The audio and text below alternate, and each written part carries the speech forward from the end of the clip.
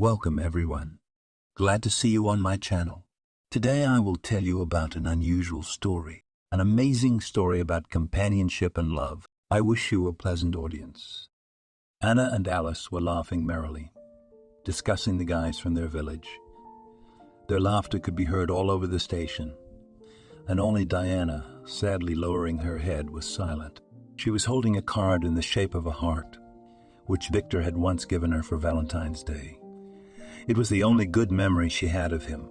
Noticing the sadness on Diana's face, Anna took her hand and said softly, come on, you're seeing us off to school or to a wake. You can say either." Diana shrugged her shoulders and answered, "You are going to study further, ahead of the second year. I hope that you will make good doctors." Anna laughed, followed by Alice. "What did you say? I said something wrong?" Diana asked without any sadness. "Yes, no, it's fine," answered Alice. "And as for the wake, Anna is right. We are saying goodbye to another vacation. But don't be sad, you have school ahead of you too. And it doesn't matter that I had to go to the correspondence department. Olya, I asked you to. Diana took a fancy to me. That's it. I've got it. I won't do it anymore." Waved her friend's hands. "But you, after all, in vain refused the money. Look would have gotten rid of the pregnancy and no problems. And so now alone we'll have to bring up the child when it is born. And isn't Victor ashamed of leaving such a beautiful girl?" "Stop it, Olya, I'm sick of it." Diana repeated her request. "And I don't want to talk about it anymore." Diana really tried to forget the day when she met Victor. At first he treated her with love, gave her flowers, wooed her beautifully.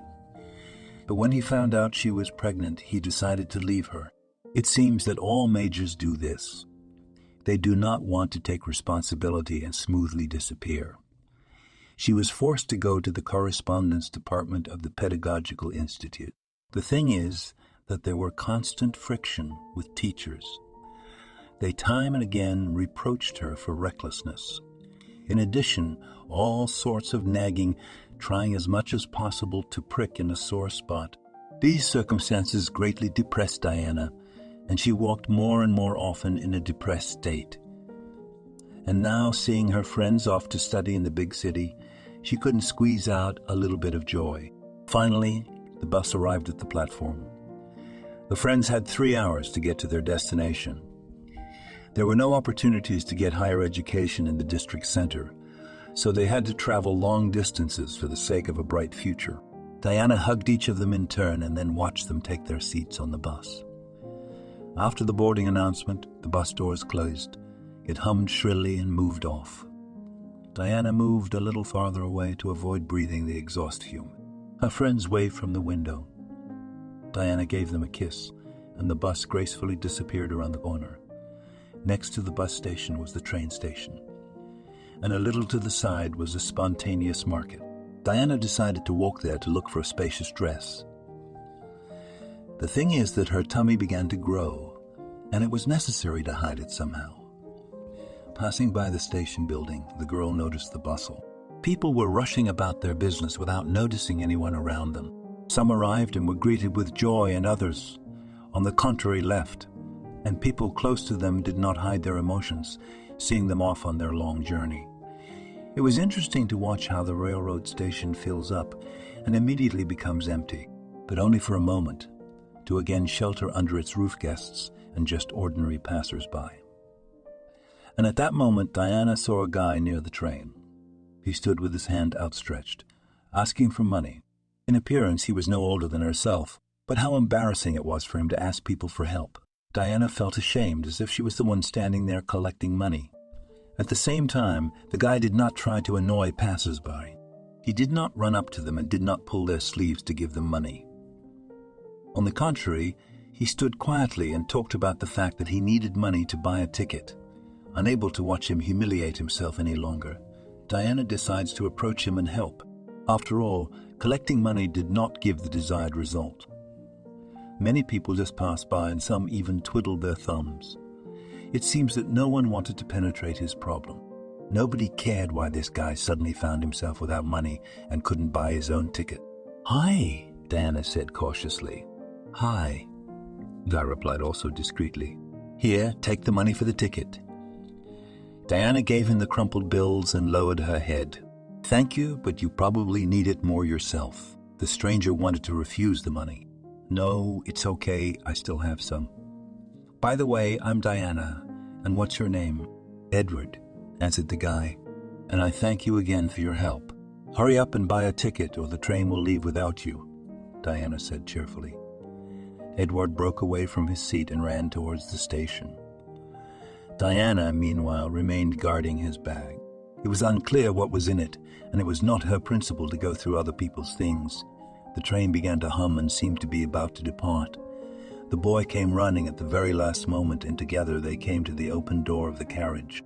Edward handed the conductor the coveted ticket, but she glanced at him and said, "I'll let some vagrants in. You'll stink up the whole carriage, and I'll have to clean and ventilate it after you." It was the height of insolence, and Diana even wanted to argue with her. But time was running out, and it was necessary to solve the problem as soon as possible. And then she took the last 300 rubles out of her pocket. "Take it. I don't have any more, but put this guy on the train." Having taken the money from her, the conductor snorted and immediately, almost forcibly, pushed Edward into the car. The guy flew into the vestibule, but managed to look out and wave to Diana. The girl noticed how he was crying, and she wanted to burst into tears. Holding back her emotions, she raised her hand and waved. And then she heard these words, "Thank you. I'll definitely return everything," Edward shouted, and the train, meanwhile, was tapping its wheels knock, knock, knock, knock, knock, knock. It was taking the boy out of the city and taking him to the place he was in such a hurry to get to. Diana only shook her head in response. She had no hope that Edward would ever pay her back. After all, they had met by chance at the station, and it was not clear what he was doing here, and there was no time to ask, especially since the guy was in a hurry. So it turned out to be a date on a light when no one owed anything. The money she gave him was her last, and now Diana had to walk to the village. It was good that it was 3 kilometers from the district center, and as she walked, she kept thinking about how she had found herself in such a situation.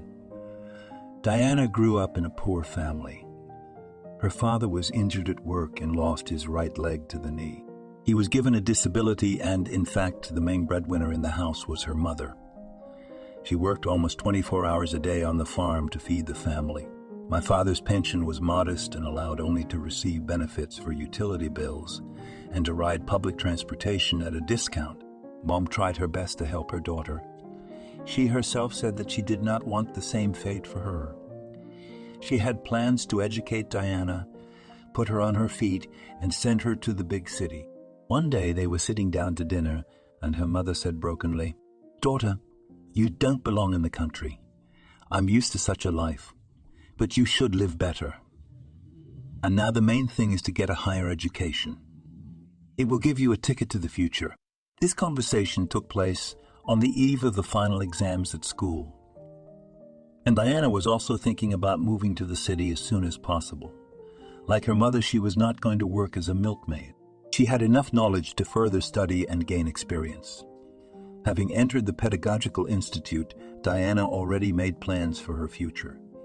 But in the second year, she met Victor and soon became pregnant by him. Everything happened suddenly, and at first Diana was afraid to tell her mother about it. But then she confessed, and the latter advised her to give birth. After all, it is not known what will happen next, and suddenly she will no longer be able to have children. With this thought, Diana decided to study by correspondence, especially since her friends supported this idea. Although they studied in different institutes, but they were not indifferent to Diana's fate. Victor, who got her pregnant, turned out to be a major, and he dumped her the first chance he got. Or rather, it wasn't even his decision, it was his parents.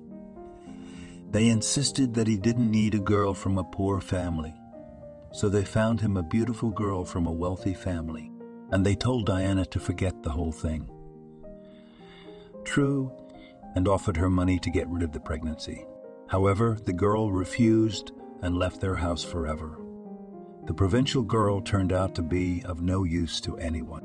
With her naivety and faith in pure love, Diana for many years put a cross on her personal life.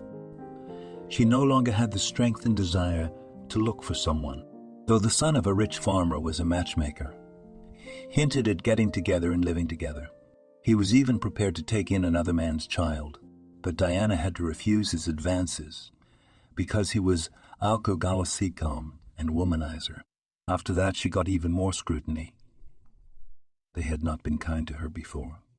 And then they spread gossip throughout the village. Many of them said she had fathered a child. How can you hide that fact? No matter how you look at it, but the belly, rounded in size, spoke for itself. And no exhortations of the mother did not help. The villagers did not want to hear anything. Everyone was interested in discussing the poor girl and washing her bone. As luck would have it, not a single car passed by, so Diana had to walk all the way to the village. It was as if the villagers were in no hurry, and there was no fuss which was going on at the station of the district center. It was good that occasionally by the roadside there were stumps of recently felled trees. On them Diana could sit down and catch her breath. The village appeared ahead, and the girl exhaled with relief. But what would her parents say when they found out that she had given the last of her money to a stranger? Diana did not think about it, but decided that she would not be scolded as soon as they heard the story of saving a poor guy. Her mother, of course, took it calmly, but her father grumbled for a long time. You can't trust her with anything. She's giving away the last of the money from the house. Why do you get so upset? His mother told him off. Do you help your daughter a lot? She hasn't heard a kind word from you lately. Stop that attitude, or I'll find something to keep you busy. His father glanced at his mother, but did not interfere. He was afraid of his wife because she was, in fact, the head of the family. But if we talk about the period when he was not yet an invalid, then even then he was not useful. Well, he earned money as a fitter at the factory, and then he drank part of his salary with the men. On the other hand, he was not a hardened alcoholic, and he was still treated with respect in the village. Diana thanked her mother for her support and admitted that she couldn't do otherwise. Understand, Mom? He asked for money for a ticket, not for fun. Who knows what happened to him? Maybe he was robbed. That's just it, that it is not clear, my daughter. Alice replied anxiously and excitedly. So you take care of yourself. Do not mess with strangers. You've already had enough grief. I don't want you to be completely lost. Don't worry, it won't happen, Diana answered sadly and went to her room. She was so afraid that her parents would scold her for giving the money. But it turned out to be the opposite, and if it hadn't been for her father's nagging, she would have been able to say that she had gotten off lightly. In her heart, Diana hoped that the money had helped the boy, and he'd get home, if he really was in a hurry. The earth was round, and it was possible they might meet again someday. At least, that wasn't to be ruled out. Almost 10 years had passed since then. Diana had graduated from the institute and had been working as a teacher for several years. She moved to the city as she saw no prospects for herself in the village. Her mother remained working on the farm, still receiving a negligible salary. Her father died 2 years ago. He had a heart attack due to excessive alcohol consumption. He could not adapt to the new realities of life. He could not find his place and was always angry that he had become an invalid. Diana rented an apartment in the city through an acquaintance and lived there with her son. She had a baby boy whom she named John. His mother asked that he be named after his grandfather. Then one day she came to visit her herself. Walking around the apartment, Alice kept saying, "All of me, businesswoman. Here, I see, and wash laundry as I taught you. I can't believe it's been so long. I still remember my little daughter. Mom, I'm sorry that we see each other so rarely." Diana hugged her mother and cried. When John saw that the adults hugged and sobbed, he came up to them and said, "Mom, Bobs, don't cry. Everything will be okay."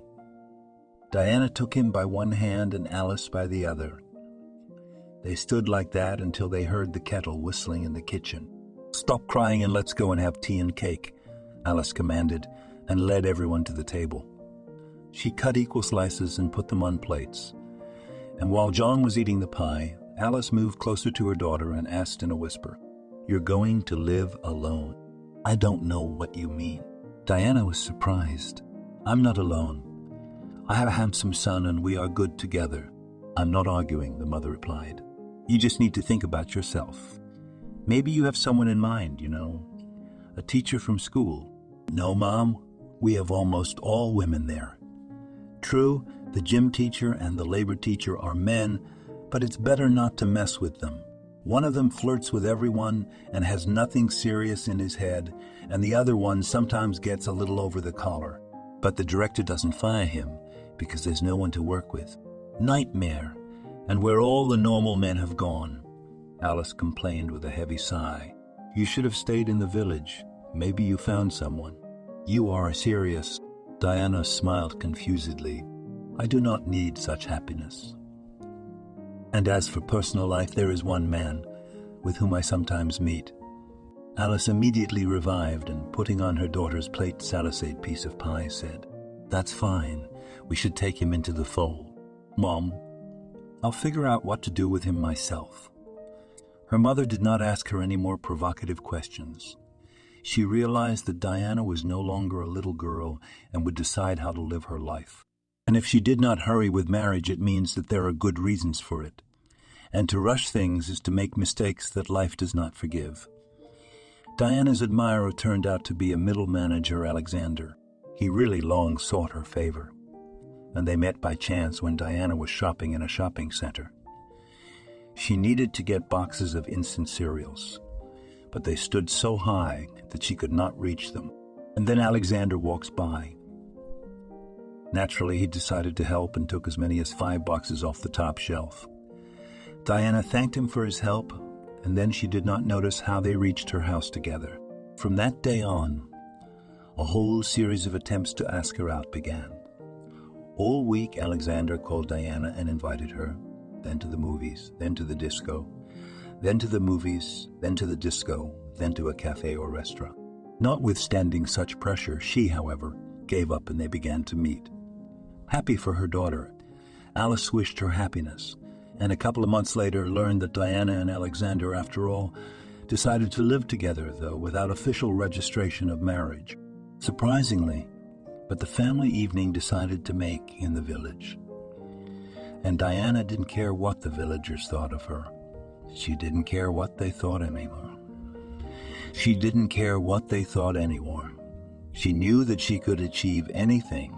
The main thing was not to look back. At Alexander, as he said himself, from his grandmother left a 2-room apartment. There he moved Diana and her son. What is interesting, he managed to make friends with John. But all communication with the boy occurred only on weekends. Alexander often disappeared at work, and it seemed did not hurry home. Diana saw it as a necessity. After all, having lived in the city for so many years, she had long ago realized that money does not come easily. But one day, there was a quarrel between them. The fact is that Alexander had to leave urgently for important negotiations in another city. As he himself said, the well-being of their family depended on it.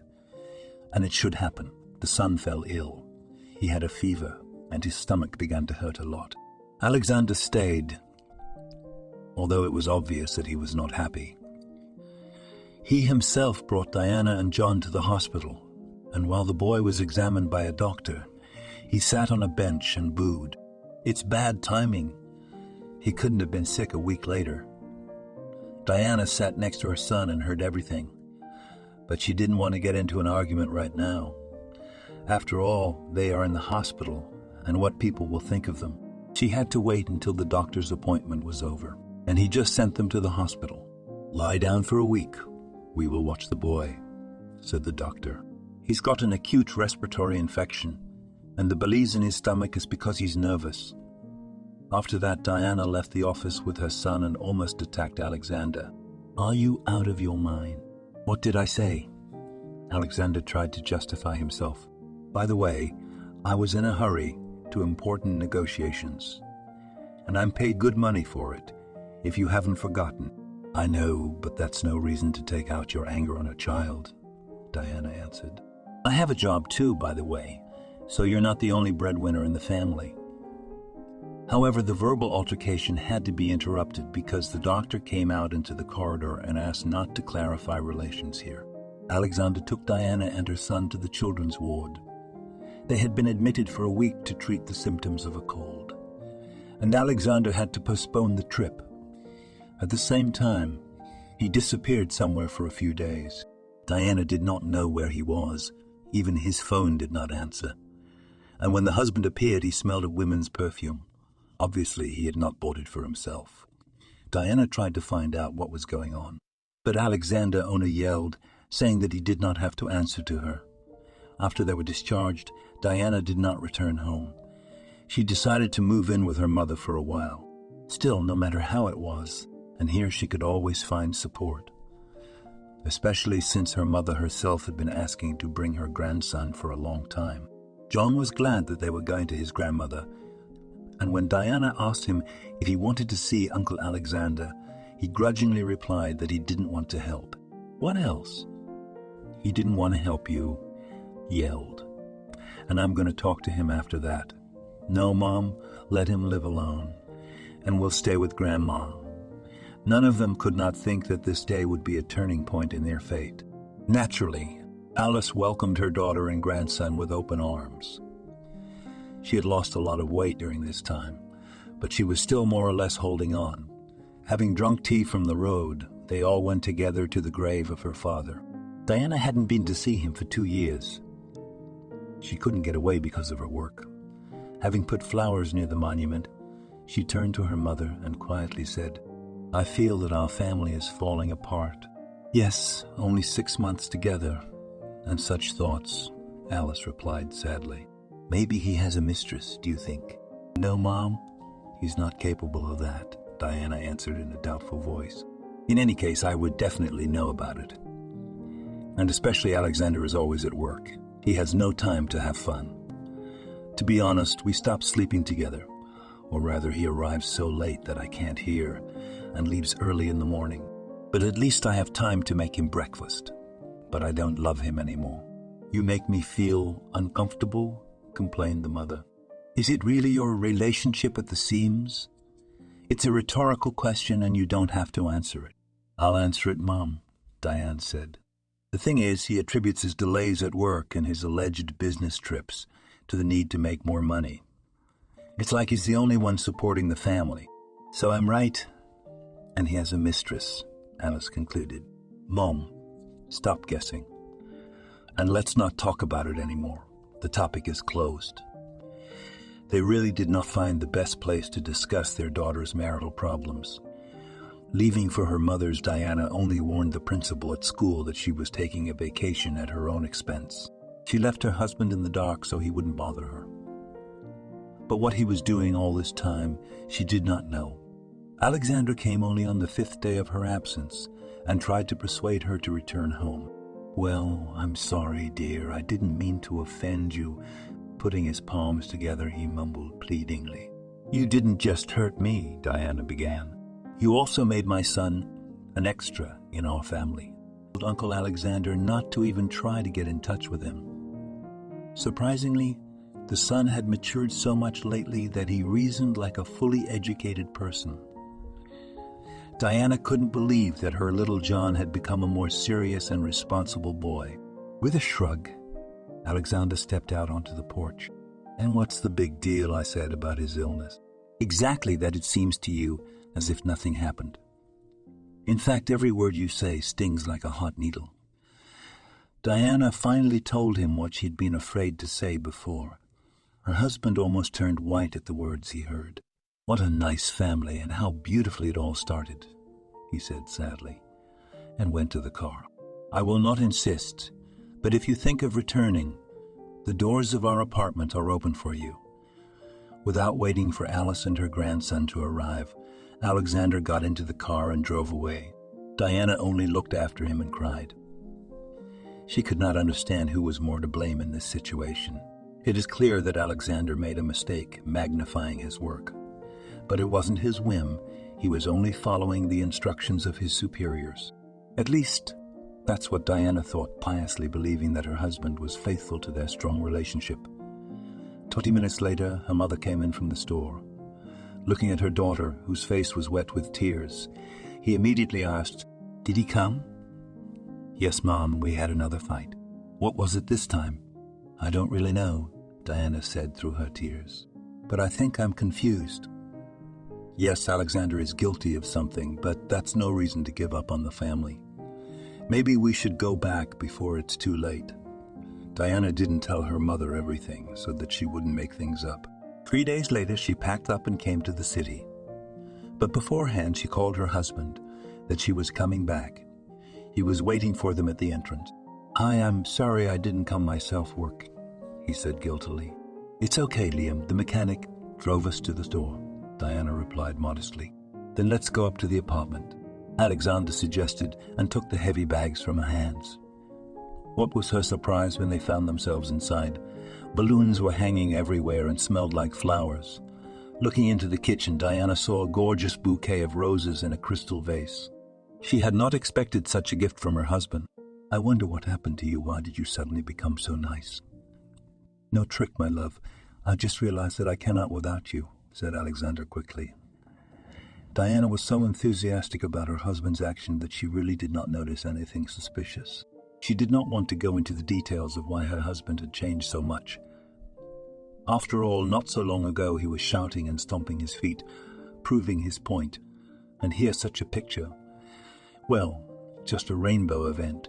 On this wave, Diana forgave him all the wrongs, and even the fact that a couple of times she saw on his shirt traces of lipstick.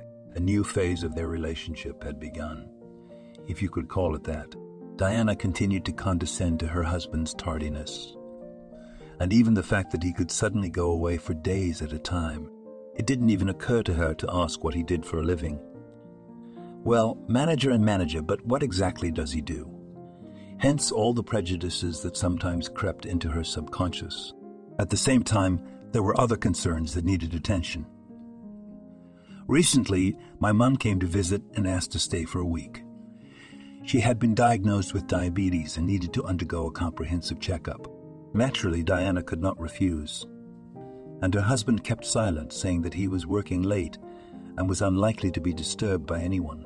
Again, there was a note of dissatisfaction, as if he was doing a favor.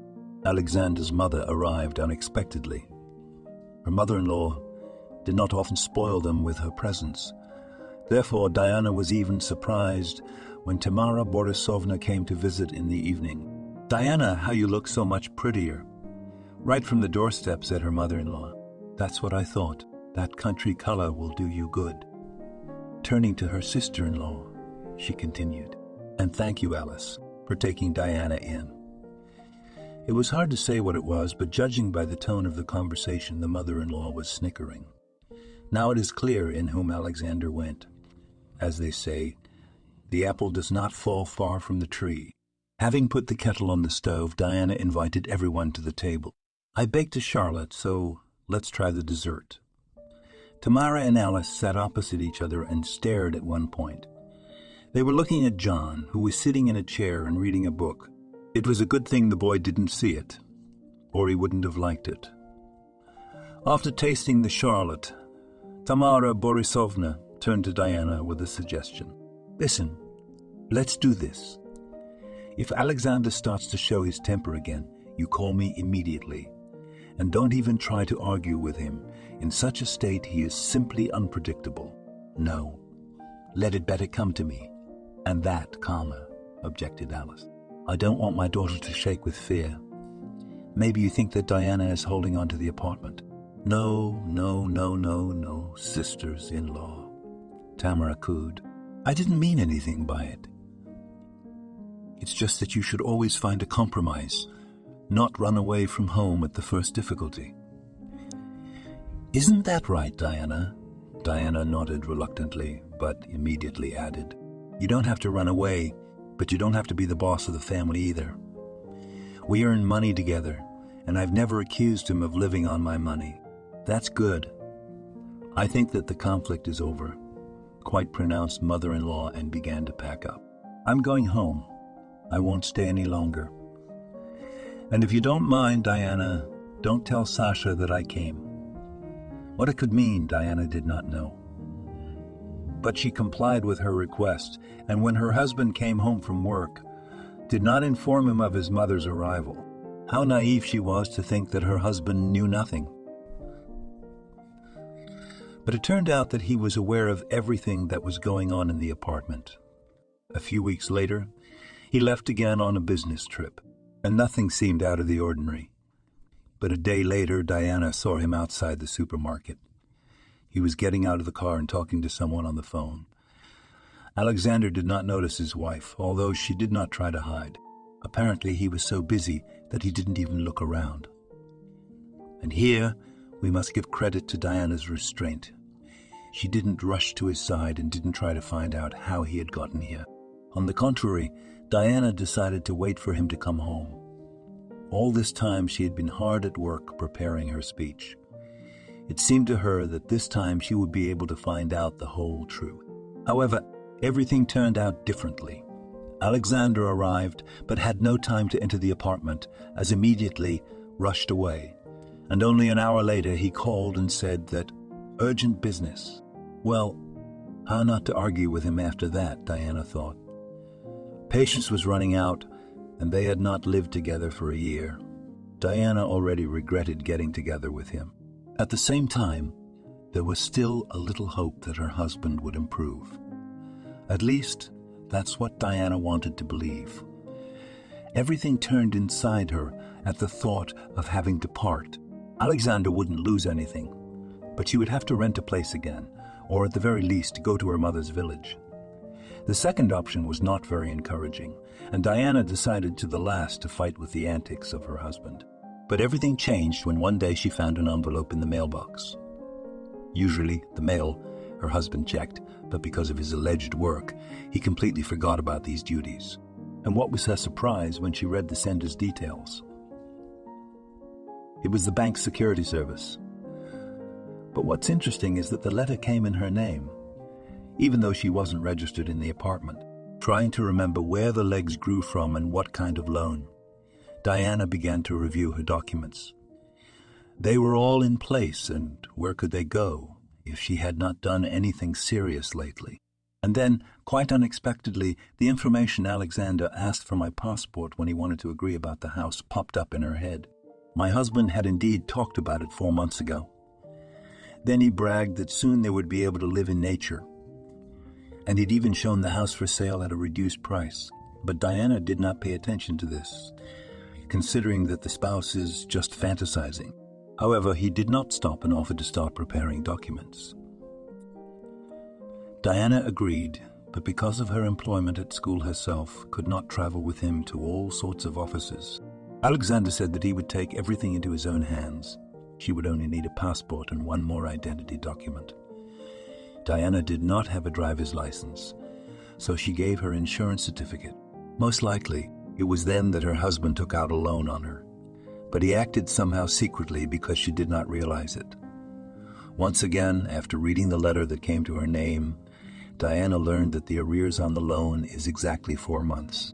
And if you add up the amount of debt and accrued interest, it turned out to be a lot. Diana didn't have that kind of money, and there was nowhere to get it. It was urgent to pull out her husband and demand an explanation, and he did not make himself wait. He appeared in the middle of the night and said that between them all over, and then he brazenly confessed that he'd been spending money on mistresses. "Yes, Diana, that's what I was doing," Alexander shouted. "You're such a..." Diana wanted to swear, but restrained herself. "I know what you think of me, but I don't care about that," Alexander continued and waved her off, slamming the front door behind him. Just like that, not even a year passed, and the family happiness shattered like broken glass. Mom was right about the mistress. Diana was wrong, not to believe her then, and now she wouldn't have to stand there and listen to all these nasty things. Alexander turned out to be a despicable man. He had attempted to humiliate and trample on the person close to him. Diana packed her things in a hurry and left the apartment. She had to dial the number on her phone several times until her mother answered. Hearing her daughter's crying voice, Alice realized everything. "Come home, that's enough. You've profited from the family." And again, Diana had to take a vacation to take care of all the problems. It was good that the director met her needs and did not refuse. He was loyal to Diana, and he always helped her if she needed it. Besides, he knew firsthand what it was like to raise a child. He didn't consider Alexander a decent father. Apparently, he was quite familiar with this family and did not expect anything good from them. For 2 weeks, Diana lived with her mother until she found a new place to live. During that time, she came to her senses. "You can imagine, and he lied to me that he got the apartment from his grandmother," she said. "Yeah, how come?" "He looks like a decent guy," Alice replied in surprise. "That's right, a decent guy, but he pulled off a scam that I wouldn't dream of." Diana continued, "I don't even know what to do with this loan. We lived in a common law marriage, and all the burden of payments falls on my shoulders. Daughter, of course I will help with money, but it will not be enough anyway." Offered her mother's help. "Don't, you'd better keep it in case you need it for medicine." Diana refused. "I'll try to borrow money from friends. In extreme case, I'll give it from my salary." Diana could not even imagine what was ahead of her. Alexander so skillfully sedated her vigilance that he was able to formalize in the bank's Alice Aid credit, and how he had managed to do it without her permission. It is clear that through fake people, but where to find them, God only knows. And this damn apartment, which, as it turned out, did not belong to him. He just paid a year's rent in advance and pretended it was his grandmother's inheritance. No one had ever deceived her like that, and she naively believed that she had found her love. Diana also remembered how she once talked to her friends on the phone and told them what a good husband Alexander was. She even sent his picture over the phone, but her friends, for some reason, in one voice assured her that it was the wrong choice. What alerted them then, Diana never realized. But she was at the very beginning of family happiness and did not want to scare away the luck. That's why she was skeptical of her friends' suspicions.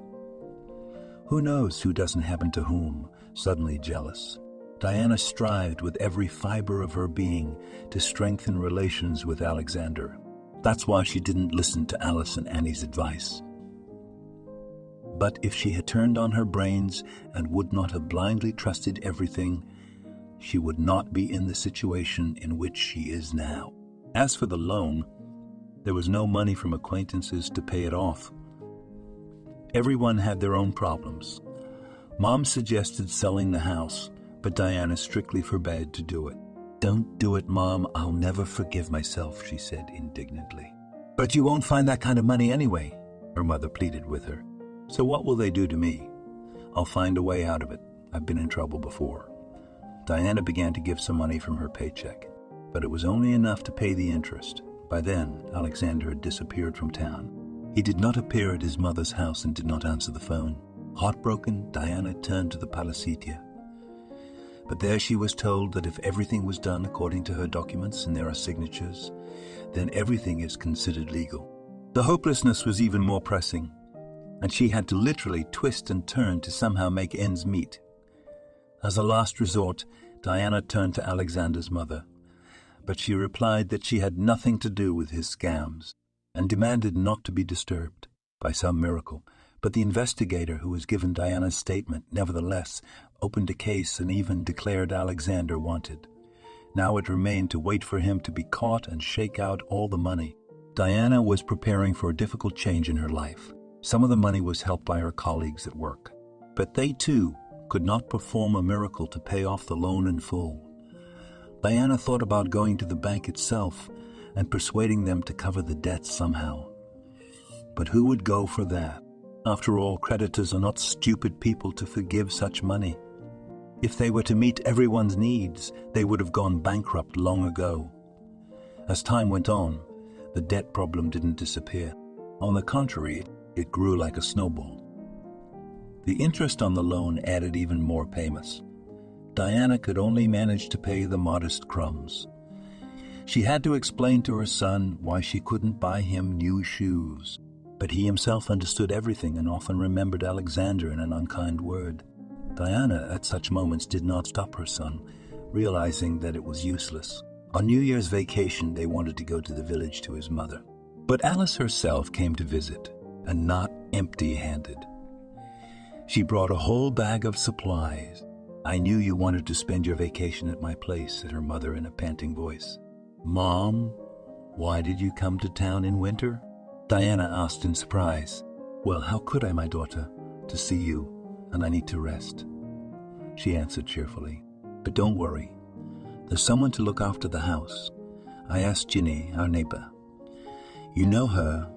She's been taking care of you since you were a little girl. She had the sweetest pears on the street." Diana laughed and thought for a moment. Diana felt as if she were back in her childhood, where there were no worries and troubles.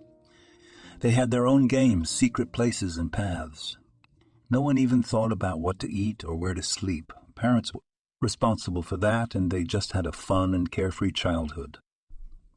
True, over time, responsibilities were added, but they were still comfortable under the wing of Mom and Dad. Now there is no such thing, and you have to achieve everything yourself. However, fate has somehow unfairly dealt with her, hitting the bottom. First, she brought her together with a beautiful and young man, and then made it so that he betrayed and abandoned her. Diana even turned cold at the thought. "Oh my God, it's happening again. I've been through this before, haven't I?" She remembered the Major she had given birth to John. He too had sworn his love at first. But it all ended quickly when it became known that she was pregnant. Herein with Alexander turned out almost the same, with minor adjustments to the financial component.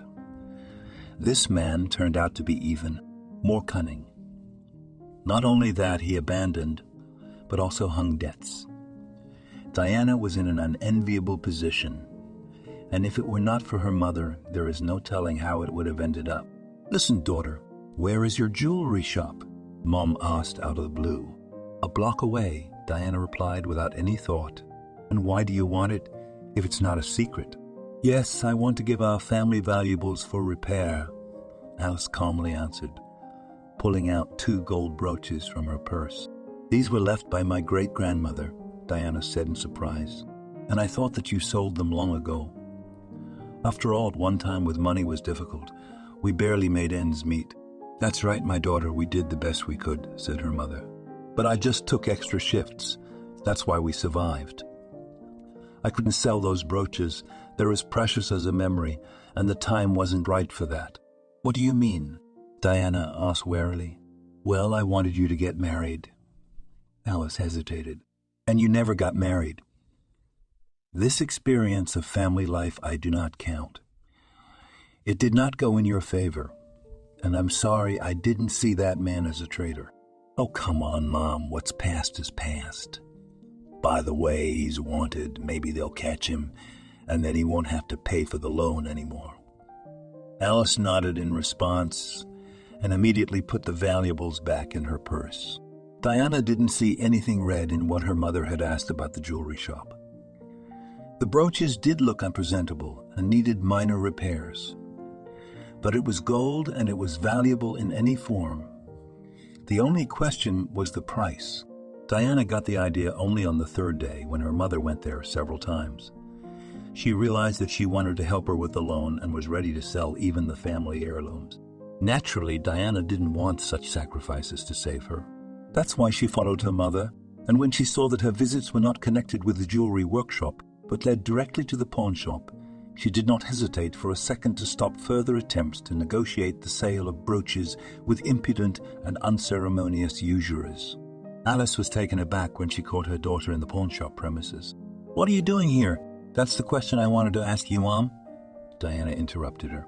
"Yeah, I guess I'll have to drive home and talk to you there." Refusing to sell brooches, Alice obediently followed Diana. Her daughter was silent the whole way while they rode on the bus.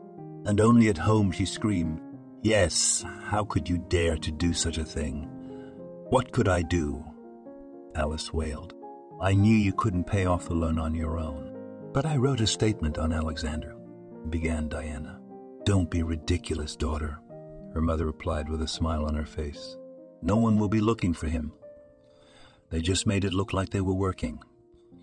They need reporting for their quarterly bonus, so they're just blowing dust in their eyes." Once again, Diane was brought back down to earth. Once again, she's given a cold shower and brought back to her senses. And she realizes that it's all just her fantasies that she'd better get rid of. Mom is right. The Palaccia won't look for Alexander unless it's in their interest to do so. It's not hard to guess that grease needs to be greased to speed up the search. But Diana had no money for such expenses. And what to do next, again unclear. It was a kind of vicious circle, from which it was impossible to find a way out. It was good that the family heirlooms had been saved. Diana could not call her mother to sell them. She would have been heartbroken if she had. But debts had to be dealt with somehow. The thought of going to the bank came to her again. There were 6 days left till the end of the New Year holidays, and Diana decided to devote this time to a full-fledged vacation with her family. Just in case, Alice called her neighbor and made sure that everything was in order with the house, finally calmed down. They all celebrated Christmas together, even caroling. John saw for the first time what it was to sing a carol and receive a sweet gift for it. All worries were pushed to the background. They could not be solved during the holidays anyway, so why spoil their mood? Diana cooked second courses and salads, and her mother baked pies. They turned out to be a good tandem, and once in between, Alice again talked about her daughter to return to the village. "Mom, well, please. Let's not touch on this subject." Diane took on a Vamalisa. "I told you the reasons why I don't want to go back." "Yes, I know, daughter, but I want to see you around," said Alice dreamily. "I want to hold my grandson in my arms while I have strength. Help him with his lessons and feed him delicious pies." Hearing about the pies, John also decided to join the conversation. "That's right, Grandma. I like your pies very much." "I'll bet you do, sweet tooth," Diana laughed, patting him on the head. Well, I won't insist," Alice summarized. "Time will come, and you will decide what is best for you. But I think that my dream will come true, and we will be together again. If anything, that's what your grandmother wished for at Christmas. Who knew miracles could come true? It seems like an ordinary wish to live together as a family, but how much sincerity and kindness is in it?" Well, how could you refuse Alice? Of course not, and fate decided to reward her for all her efforts. After all, not for nothing, she went to sell the family brooches. A mother's heart feels everything, and it can't be silenced. The last days of winter vacation flew by, and it was time to go to the bank. Diana had prepared herself in advance for the possibility that she would simply be refused help. She knew about such cases when people found themselves in difficult life situations, could not pay off their loans, and the banks did not meet their needs, and did not meet their needs, and did not reduce their monthly payments. They didn't care where poor people would get money. Mom returned to the village, but asked to be kept in the loop about the debts. Alice hinted that she still had the brooches with her, and they could be sold at any time. Diana, however, replied with a firm refusal. "No, Mom," and that was that. "All right, sweetheart, but remember that I'm always with you." It was with this thought in mind that Diana walked into the bank on an early January morning. There weren't many people there. Apparently everyone was still sleeping. Taking a coupon, she waited for an invitation. Sitting on the soft sofa, Diana thought about what to say to the manager to make him take pity. She will not, in fact, in front of him to shed tears. He wouldn't even listen. Just ask security to escort her out. When her turn came, Diana got up from her chair and approached Stalasek. The manager scrutinized her through the thin lenses of his glasses and said, "Good afternoon. We are glad you came to us." I would like to talk about reducing the debt on the loan, Diana began timidly. Ah, that's it, mumbled the manager. If you are having financial difficulties, we can consider a restructuring plan. Give us your documents and the loan agreement. Diana took out of the bag all the loan papers that were there. Then, from her inside pocket, she took out her passport. Here, this is all I have on me, she said. The manager ducked into the contract and began to scrutinize it. And with every word he read, it became clear that he would not help her. Shrugging his shoulders, the manager said sternly and unhappily, "So you have large delinquencies on the loan. In addition, you have accrued a decent amount of interest. Here, restructuring will not help, only full repayment of debt obligations or seizure of property through the court." "But what to do?" cried Diana. "I have a child in my arms. My salary is not so big. And from the property only furniture, because we live in a rented apartment." "Well, I'm not a patron of the arts and I can't help you," the manager said dryly. Diana got up from the chair and slowly wandered toward the exit. And just at that moment, it seems, the manager had an epiphany. "Wait, you can turn to the bank manager. And what, he's going to pay off my loan for me?" Diana asked without any hope for a positive answer. "I can't say anything about that, but he often helps people with similar problems." The manager smiled and pointed to the manager's door. Diana went to it and knocked gently. After a minute, a secretary came out of there. "Good afternoon. You wanted something." "I was told by your manager that I could talk to the manager," Diana answered uncertainly. "I see. Then you'll have to wait a bit," the receptionist said. "Edward has a meeting and he won't be free for an hour." "Well, if you call me, I'll sit here." Diana pointed to a chair near the office. "Yes, please. Maybe I could get you a cup of coffee." "No, don't, or I'll stutter when I talk to the manager," Diana joked at her suggestion. Those 60 minutes seemed like an eternity to her. Diana tried not to fall asleep and kept watching the bank employees going back and forth. Gradually, more and more people came in, each with their own problems. Some approached the managers and others left. Diana looked at the wall clock every now and then, counting the minutes. The hands moved so slowly they seemed to have stopped altogether. In the meantime, one thought after another flashed through her mind. At first she wanted to tell the manager, directly so that he could decide her fate. But then she gave up this idea because he was not a psychologist and listened to her tearful complaints. It was necessary to somehow differently approach him with the question of debt relief. Finally, the meeting came to an end. People in expensive suits and with folders in their hands began to come out of the manager's office. The secretary reappeared and said in a gentle voice, "You may go through. Edward is waiting for you." Diana stood up and headed toward the door. At that moment, her legs shook and she almost fell down. It was good that the secretary was nearby and managed to give her a hand. "Calm down. Our manager is a good man. He will definitely help." Nodding in response, Diana crossed the threshold of the office. In front of her stood a massive oak desk, and in the chair at the other end sat a middle-aged man closer to her age. Taking a closer look, Diana almost shuddered with surprise. More than 10 years had passed and he hadn't changed much. The same curls, the same nose, and the same smile. After so many years, she met the beggar from the train station again. After all, it was to him she had given the last money for the ticket. And now he's sitting in the bank manager's chair in front of her. "Wow, how fate has turned," Diana said admiringly. "Excuse me, woman. What are you talking about?" the manager asked incomprehensively. "Well, the train station, money for a ticket, an angry conductor and a young girl." The manager blushed in surprise.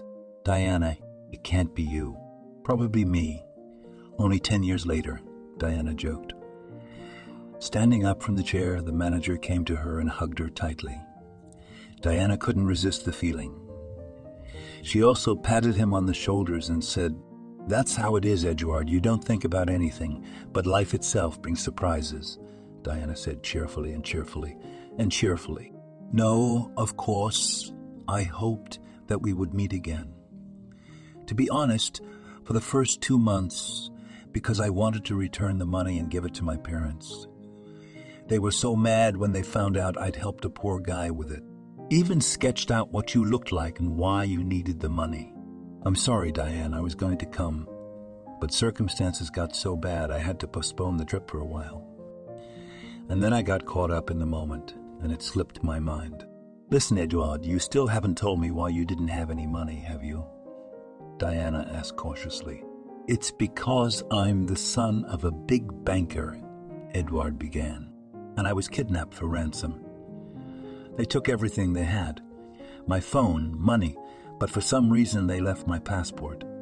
I managed to escape, and the first thing I did was to go to the Palacetia, but they didn't believe me and sent me away, telling me not to come to them again. A dirty bum. I didn't look very presentable, to be honest. That's right. Even the conductor didn't want to let you on the train, laughed Diana. Well done. I praise you for your sense of humor, said Edward. So without money and phone, I decided to get home. I had to go to the station and ask people for money, and thank God that you were on my way. I'll be indebted to you for the rest of my life. Even so, Diana shook her head. Yeah, that's right. By the way, what happened to you? I don't have bank customers coming to me for small talk. Well, since you're the manager, I'll try to tell you my problem. Diana said with a heavy sigh and told Edward everything that had happened to her during these 10 years. At the end, she asked him to help her with her loan debts, as she was a victim of a con artist. Edward thought about it for a while, then called his secretary over to him. Georgia, would you be so kind as to bring me the credit file on Diana? The secretary left, and 10 minutes later the manager walked into the manager's office. Here is everything, Edward. He put a folder on his desk and immediately left. Leafing through the papers, the manager studied all the details of the loan agreement, and naturally he could not but realize what problems there were. However, after 5 minutes he broke away from reading and said, I will help you with the loan, especially since I owe you a lot. Thank you, Edward, you were my last hope, Diana said cheerfully. Just as you were when you helped me buy my ticket and paid the conductor to let me on the train. A few days later, Edward came to her house. He brought good news. I talked to my father, told him about you, and he gave me the go ahead to close the loan. You don't owe anyone else, but there's one problem. What's that? Don't tell me my son and his future children will be paying for this loan. No, don't worry, that won't happen, Edward replied, laughing. We have joined the search for Alexander, and he is now our debtor, so I'm sorry. But we won't just leave him alone. Oh, that's it, Diana smiled. Well then, take him down with everything you've got. And it's worth it if you beat the cash out of him. Let him know how to cheat gullible women. By the way, I checked the information, and it turns out that you are not the first on the list of this marriage swindler, continued Edward. But I think that he is bound to stumble somewhere and fall into the hands of Palacetia. The debt problems were solved, and Diana was finally able to breathe easy. She no longer had to think about where to get the money to pay the loan. Diana just couldn't help sharing this pleasant news with her mom. And she promised to come one of these days to personally thank Edward. In the meantime, Diana's savior invited her and her son to a restaurant. He wanted to treat them to a delicious French meal. Don't think anything bad, Diana, Edward tried to explain himself. It's okay, I wasn't thinking anything like that, Diana reassured him. That evening, Edward confessed his love to her. He said that even then he paid attention to what she was really beautiful. But events were developing rapidly, and he had to hurry. About everything. Diana reciprocated and made it clear that she was ready for a relationship. She only put a condition that they were on mutual trust. Soon Alice arrived. She wanted to personally see the man for whom her daughter 10 years ago sacrificed the last of her money. She liked Edward and said that she would like to have such a son-in-law. The hint was taken completely seriously, and sometime later Edward proposed to Diana, and in this case she responded with consent because the best candidate and not to find. All the more so because John accepted him with confidence. and the son learned to understand people. He said that behind Nicholas' mom will be like a stone wall. Diana listened to the words of her son and decided to link his fate with him. By the way, the search for Alexander was successful, and he was soon caught trying another scam. It seems that the potential victim got smart and did not let himself be deceived. He faces an impressive sentence for all his financial frauds. Diana and Edward are preparing for the wedding and even thinking about a joint child, but that's not all. Edward offered to buy a mansion for the whole family, and just near their home village. It seems that Alice's dream is beginning to come true, and soon they will all live together. If you like the story, please support me with a thumbs up button, and to learn about the release of new interesting stories, when you subscribe, click the bell. All the best to you.